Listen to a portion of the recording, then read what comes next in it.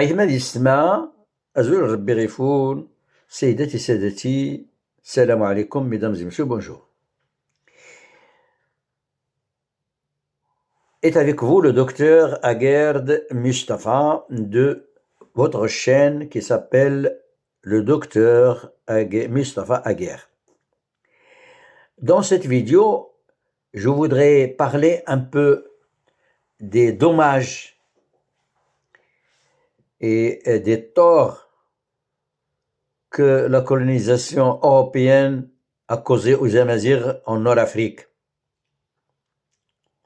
Que ce soit les Italiens en Libye, que ce soit les Français au Tchad, au Niger, en Burkina Faso, au Mali, en Mauritanie, au Maroc, en Algérie, en Tunisie, c'est un peu ce que l'on appelle la terre des Amazirs, ou la région Amazir, que l'on appelle le Nord-Afrique, ou que l'on appelle en français aussi la Berbérie, et que l'on peut traduire par Tamazra. Tamazra. Alors, je voudrais signaler, comme a dit le docteur Mustafa Kadiri, qui est spécialisé dans la période du XXe siècle, c'est-à-dire la période de la colonisation, et qui a fait beaucoup d'études là-dessus, et on sait qu'il y a des vidéos, et moi, j'en bénéficie pour essayer de voir comment l'Europe, c'est-à-dire en particulier la France, comment elle se comportait à l'égard des Amazirs. Le docteur Mustafa Kadiri disait qu'avant la colonisation, la France a envoyé des intellectuels, a envoyé des médecins, a envoyé des espions, a envoyé des sociologues, a envoyé des psychologues, a envoyé des philosophes, a envoyé des enseignants de l'histoire et tout ça, pour essayer d'étudier un peu la structure sociale de cette région nord-africaine.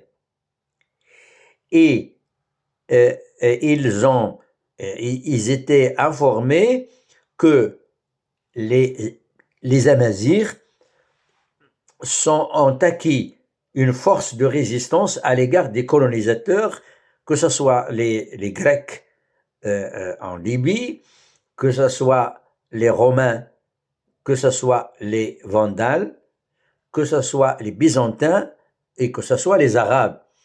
Les Amazirs sont attachés à leur terre et ils refusent de composer avec le colonisateur. Au contraire, les Amazirs ont complètement détruit les Grecs avant même d'entrer à leur sortie de l'Égypte. Ils ont été complètement stoppés par les résistants Amazirs et n'ont pas pu continuer leur chemin pour coloniser le Nord-Afrique.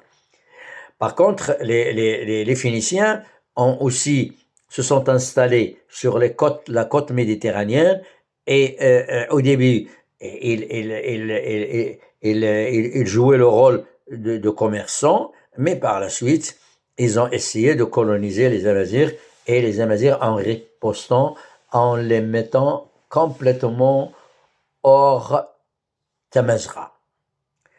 Il y a les Romains aussi, les rois Amazirs, beaucoup de rois ont passé tout leur temps à combattre les Romains et à les chasser de cette terre Amazir. On dit même, les historiens disent même que quand des problèmes étaient apparus entre les Vandales et les Romains, ce sont les Amazirs qui sont passés de la péninsule ibérique et qui ont aidé et participé à brûler la capitale Rome des Romains, de l'Empire romain. Les Vandales se sont installés, ils ont pris le pouvoir, mais par la suite, les Amazirs ont constaté qu'ils ne voulaient pas seulement s'installer en Italie et dans la région qu'occupaient les Romains, mais ils avaient envie aussi de coloniser les Marocains. Les Romains de l'Est, les Romains de l'Est, ce que l'on appelle les Byzantins, ont par la suite pourchassé les Vandales et ils ont constitué une force coloniale qui essayait d'occuper le Nord-Afrique, mais également l'Égypte, ce que l'on appelle actuellement la Syrie, la Jordanie et toute la région. C'était les Byzantins qui commandaient en Syrie et tout ça. Et venu après les Arabes, après les Byzantins, après la défaite des Byzantins, ce sont les Arabes qui ont essayé de coloniser le Maroc par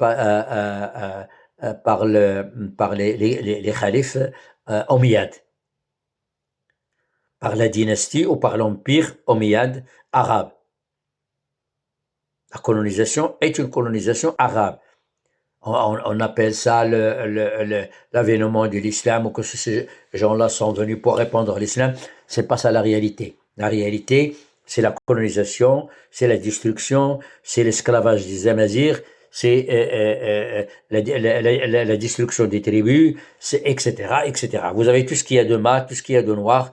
Les militaires et les chefs militaires des Omeyyades ont colonisé le Nord-Afrique, mais il y a une réaction des Amazirs qui les ont pourchassés, qui les ont détruits complètement en 741, d'après le docteur Abd Khalq Bouzougar, et Maïsera al-Mdghri s'est déclaré le calife des Amazirs. Donc à partir de 741, la destruction de l'empire arabe, de la colonisation arabe. Et les rois du Maroc portent le nom de calife ou de commandant des croyants ou commandant des musulmans. Et les régimes monarchiques en Nord-Afrique, surtout au Maroc, parce que c'est le Maroc qui est un grand empire, ont été toujours et jusqu'à maintenant méfiants de ce qui se passe dans la péninsule arabique. Je reviens à la France. La France, quand il est rentré en 1912, il a institué des écoles. Et, d'après le docteur Mustafa Qadiri, ils appelaient l'enseignement primaire l'enseignement franco-arabe. Pourquoi? Parce que d'avant la colonisation,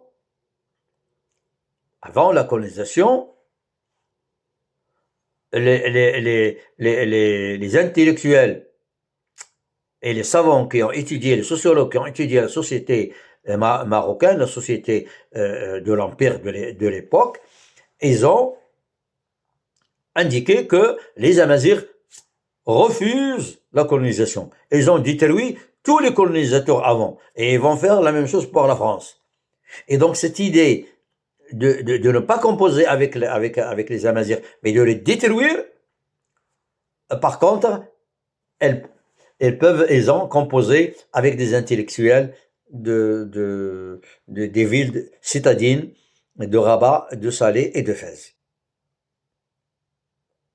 Bien sûr, les habitants ou ces intellectuels ont aussi profité de la France pour avoir des places, pour avoir pour intégrer l'enseignement, pour avoir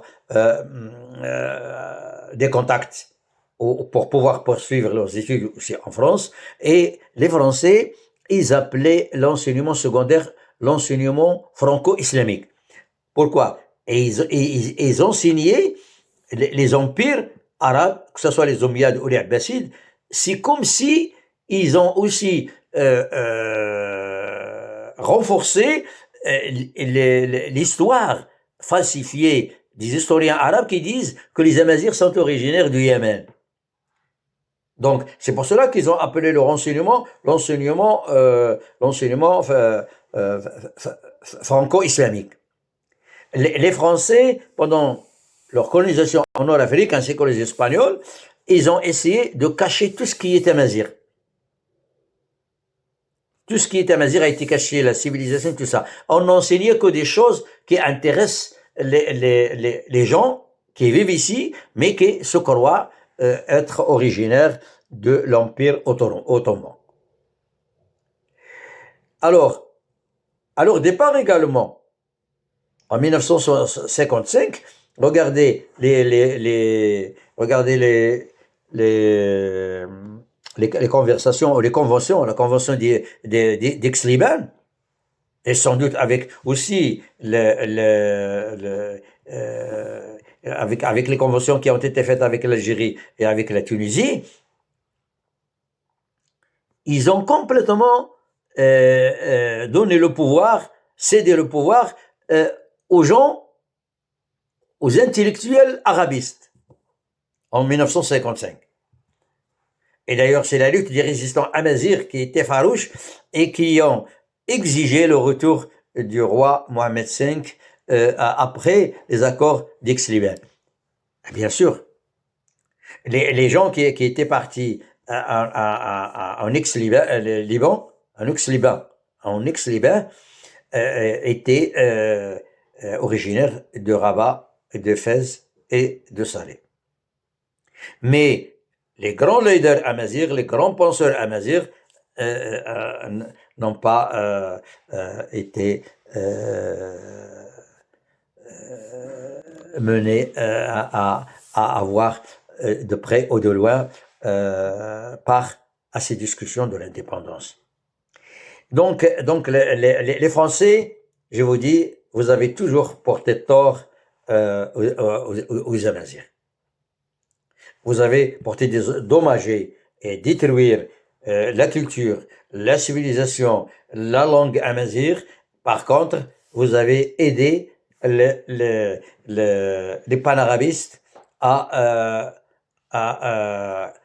essayer de détruire tout ce qui est amazigh.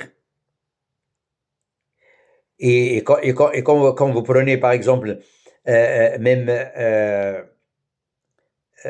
pendant le printemps amazigh de l'Algérie, j'étais à ce moment-là en France, le gouvernement français n'a pas donné oreille au massacre des Amazirs en Algérie ou au Maroc. Les revendications amazirs n'ont jamais porté de l'écho en France.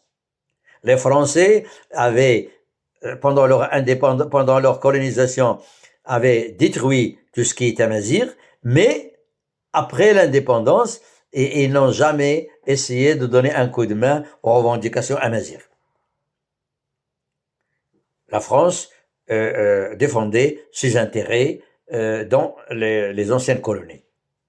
Et je vous dis, les Kabyles qui s'étaient soulevés en 1980, et j'étais en France, il y a beaucoup de Kabyles et d'Algériens en France, il y avait des comités de soutien pour les Kabyles, mais officiellement, la France ne peut dire un mot. Pourquoi? Parce qu'en fait, après, il a toujours soutenu les revendications arabistes. Parce que il y a des milliards, des pétrodollars, des milliards de pétrodollars qui remplissaient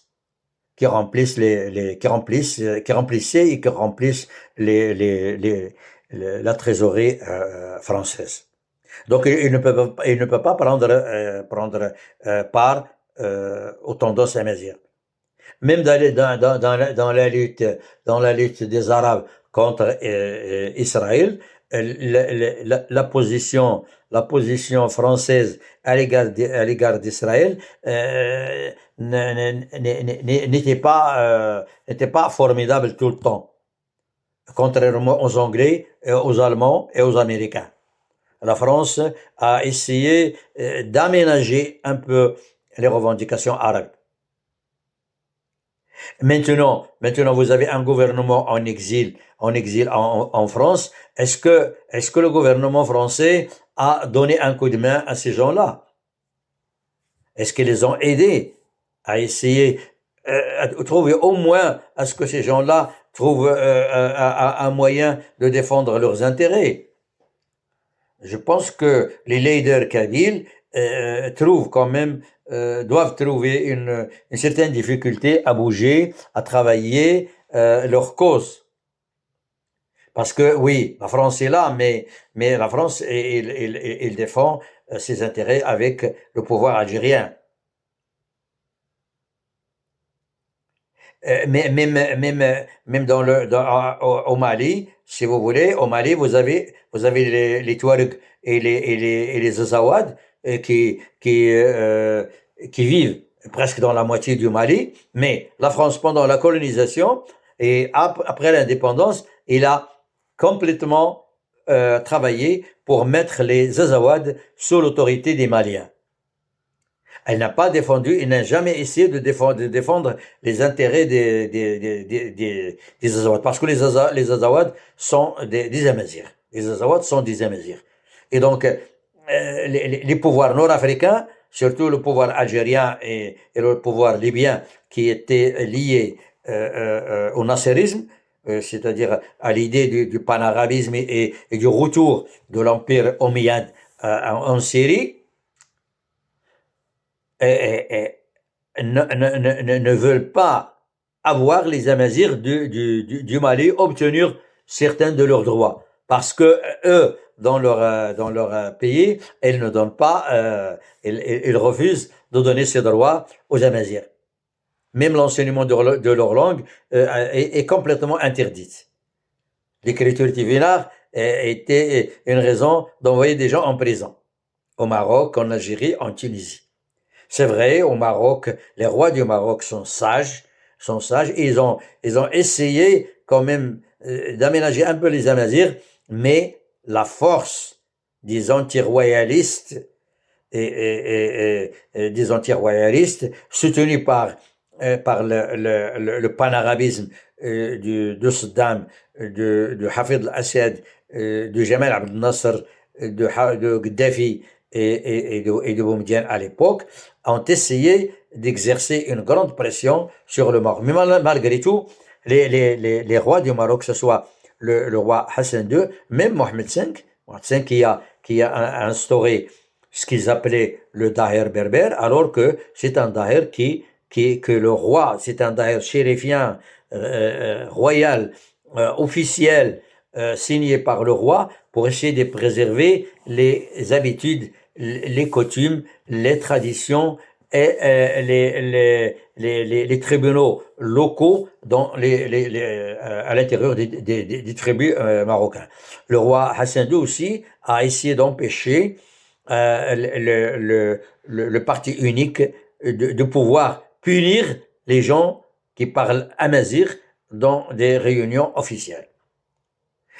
Par contre, aussi, Mohamed VI, que Dieu le glorifie, a ouvert, a rendu aux Amazirs un grand service, et a essayé de leur rendre justice et de transformer leur langue en une langue officielle, et qui est introduit. Le premier discours extraordinaire, c'était en 2001. L'introduction de l'amazigh dans la charte, dans la constitution, c'était en 2011. Ces directives pour l'introduction de la culture amazigh dans les télévisions, ainsi que la célébration officielle de l'année amazigh, qui coïncide, d'après les Amazirs, à la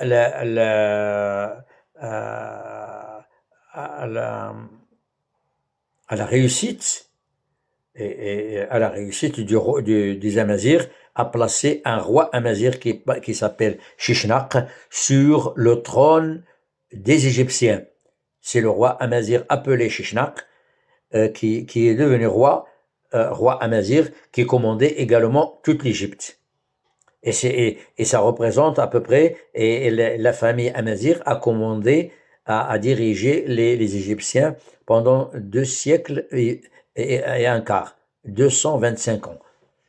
Et là, il faut voir les écrits du grand historien qui s'occupe des Amazirs, Monsieur Bernard Logan, qui a euh, indiqué la force, la force des Amazirs et leur droit à toutes leurs justes revendications.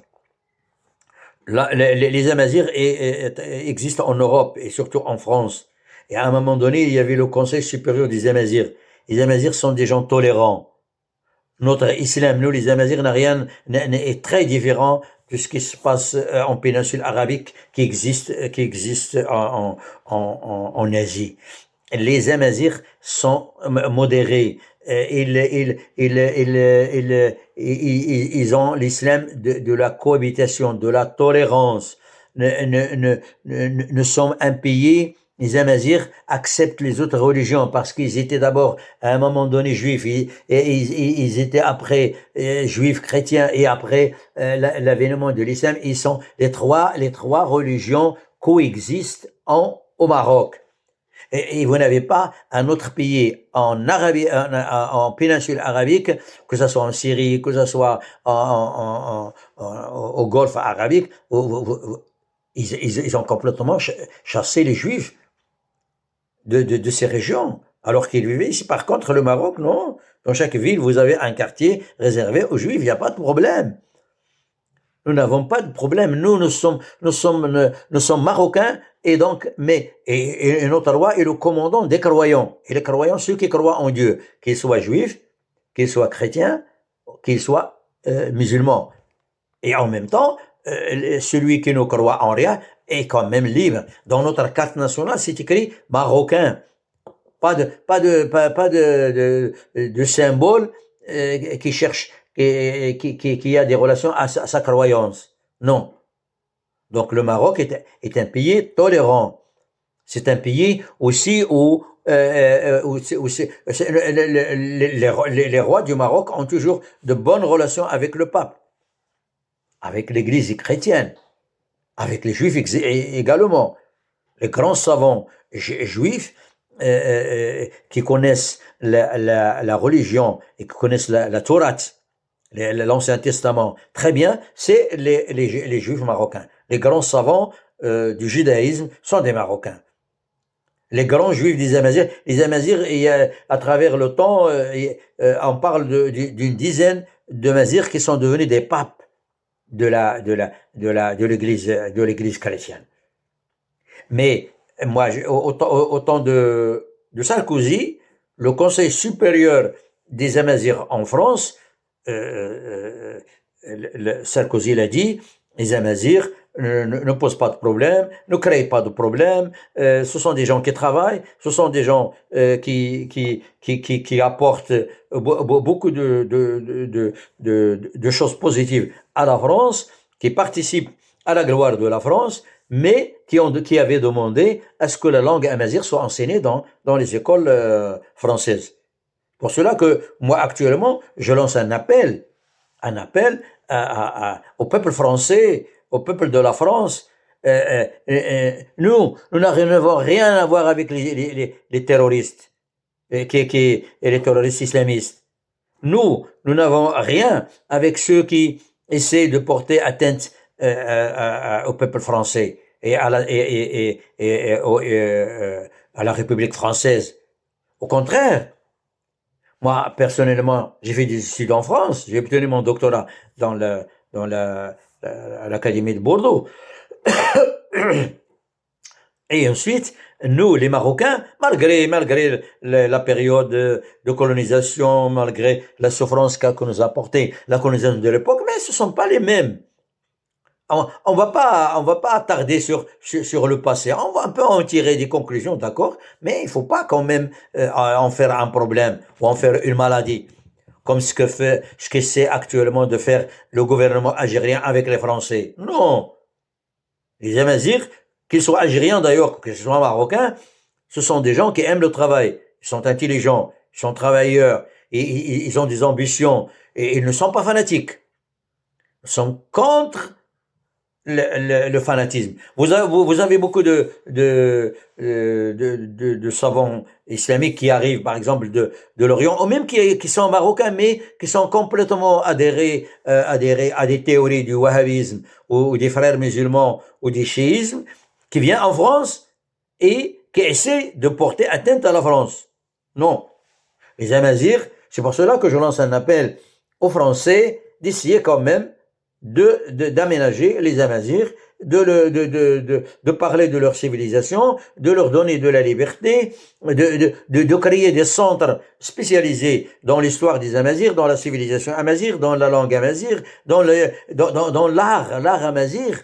C'est extraordinaire, les Amazirs. L'art marocain, si vous regardez seulement la danse, vous avez des gens vous avez plusieurs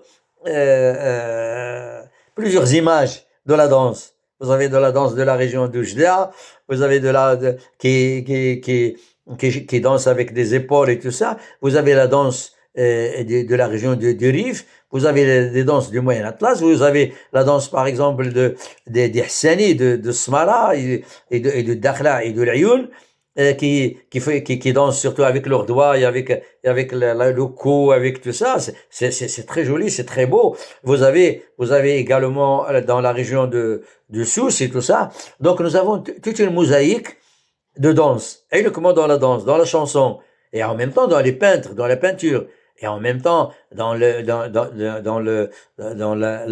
l'art du gypse, l'art de travailler le bois, de travailler, etc. Regardez les palais, regardez les constructions, regardez l'embellissement des femmes, regardez les habits, regardez le qftan, regardez le silham, et que c'est un peuple extraordinaire, le peuple amazigh.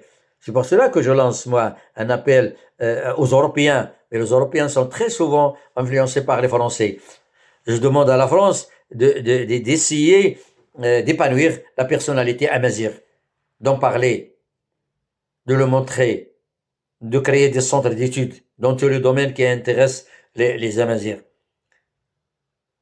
Nous, les Amazirs, nous aimons tout le monde. Nous n'avons pas de problème avec l'Occident, comme les extrémistes islamistes.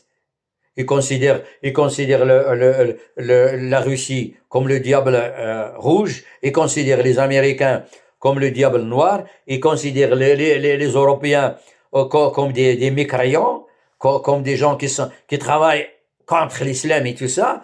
Et par contre, les Amazirs sont complètement pacifiques. Et d'ailleurs, les Juifs qui vivent maintenant en Europe et qui sont des Juifs marocains, ils connaissent la mentalité des Marocains. C'est une mentalité de paix, d'entraide, de bon voisinage, d'amitié, d'amour, et tout ça, d'humanisme. Les Amazirs sont des humanistes. C'est pour cela que nous lançons un appel à l'Occident de pouvoir nous aider. Parce que nous aussi, nous sommes sous la menace des extrémistes islamistes, des extrémistes panarabistes, des extrémistes communistes qui essayent et qui rêvent de créer un empire ottoman à Damas. Nous n'avons aucune... nous, avec Israël, nous considérons qu'Israël, moi je considère qu'Israël est le pays le plus proche du Maroc.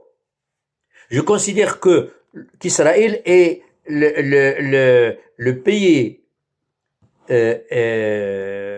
étranger qui est le plus aimé par le Marocain et qui aime aussi le Maroc. Quand vous connaissez que 20% des Juifs qui vivent, des Juifs d'Israël, sont originaires du Maroc, sont des Marocains avec la carte nationale et avec tout ça, et qui adorent le Maroc, et qui adorent le roi du Maroc, et qui défendent le Maroc, qui défendent la monarchie marocaine. Ben, ces Juifs-là sont nos frères. Par contre, quand vous prenez l'Orient, il y a même des Corans qui vous disent, nous voulons complètement détruire les Juifs. Les Juifs d'Israël et même les Juifs du monde. Vous avez beaucoup de racistes dans ce système. Alors que c'est pas ça l'islam. L'islam des Amazirs, c'est le vrai islam, l'islam qui existe au Maroc et qui est dirigé par notre auguste roi. Il refuse l'islam qui existe au Maroc et dont le chef, c'est le commandant des croyants qui est le roi. Il refuse complètement les extrémistes. Toutes les théories destructives de l'Orient, ils essaient maintenant de faire du mal à la monarchie marocaine. Et vous avez beaucoup de gens qui sont liés à Hamas, c'est l'extrémisme de l'islam. Ce sont des fréristes. Hamas, ce sont des fréristes. Et nous, les Amazirs, nous refusons à ce qu'un Coran qui vient de l'Orient puisse apporter atteinte à notre culture et à notre identité. Notre identité est complètement différente de ce qui se passe en Orient. Notre islam est un islam qui est plus proche de la vérité, parce qu'il se base sur ce qui est dans le livre saint, alors que les Ottomans ont créé un autre islam avec des hadiths mensongers. Je souhaite que cette parole puisse avoir de l'effet en Europe.